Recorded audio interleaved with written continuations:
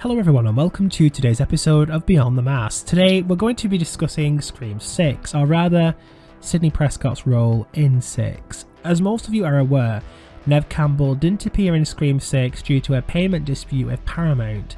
She felt the offer they presented her with wasn't enough for the role they had in mind for her. Now, during the time Scream 6 was released, there was an interview with Radio Silence in which they discussed Sidney's role in 6 and how Neve's departure impacted the plot. At the time they said her role was significant enough to change the motive of the killers and also shift roles around when they heard she wouldn't be back. I actually covered this at the time it was revealed, however it now seems Radio Silence have retracted that statement and have instead stated that Sidney's role was completely different to what they initially said.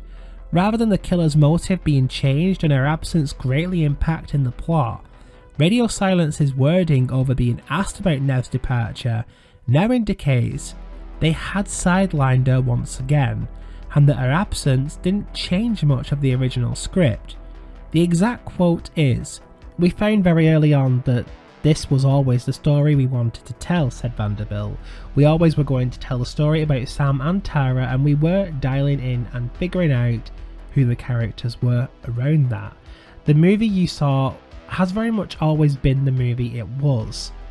Yes, and I think a Scream movie can always have Sidney Prescott in it, he explained. When that information came to us, you don't look at it the way you're thinking. It's much more, this is the story we were telling.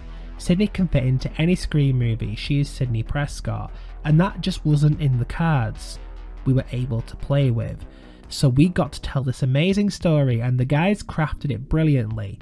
But if Sidney Prescott is in a Scream movie, Sidney Prescott fits that Scream movie. We have that luxury. We have the luxury of a character you can always make work in the franchise. We had of course talked about all the different ways that Sidney could be involved. For us, our job there was to just make the movie the best we could make the movie. And you know, we love Neve dearly and we love Sidney, and hopefully there's another Sidney movie down the road, who knows.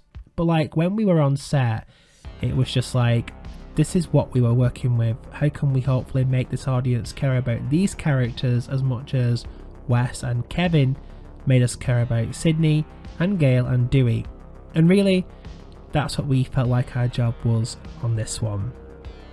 So one of my personal takes from all of this was that they were always going to have this Sam Tara storyline going on in Scream 6, and regardless of Neve's involvement, her character just wasn't at the forefront of the story, so it didn't impact anything majorly. This of course contradicts what they said in March about Sidney's role and how it impacted the plot and the killer's motives, so I'm not sure what to believe with this. One of the major issues with this is that despite them wanting to respect the original characters, I hate that they're basically sidelining these iconic characters. I love the core four, but these characters could all exist perfectly together.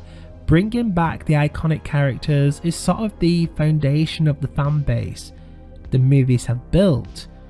But I don't know about you guys, but I just felt Courtney's role in 6 was pretty lacking, considering how heavily she'd been involved in the last 5.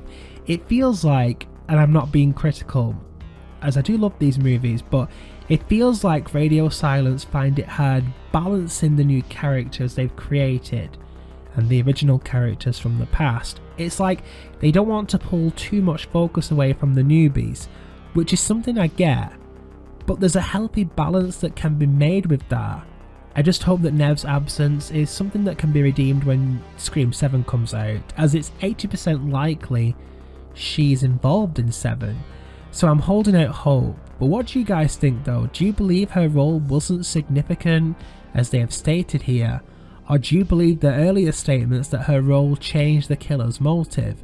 Share your thoughts below. As usual, don't forget to like, share and subscribe, and I'll see you guys in the next video.